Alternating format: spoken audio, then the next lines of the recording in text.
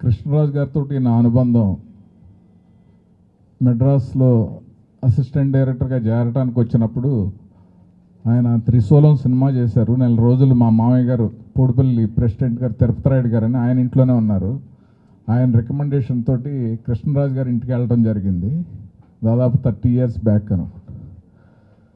ఆయన ఒకే మాట చెప్పారు, నాలాంటి 100 మంది కృష్ణరాజులు కూడా నేను పైకి తీసుకురాలేరు, నీ హార్డ్ వర్క్ నీ డెడికేషనే నేను పైకి తీసుకొస్తుందని చెప్పి.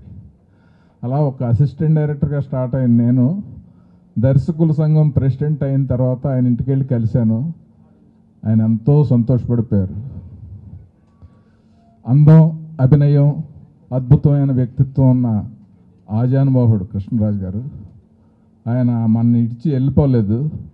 నాకు తెలిసి మళ్ళీ ఏ ప్రభాస్ గారికో పుట్టి 3rd జనరేషన్లో 3rd రెబల్ స్టార్ అవుతారని మనస్ఫూర్తిగా కోరుకుంటున్నాను. Thank you.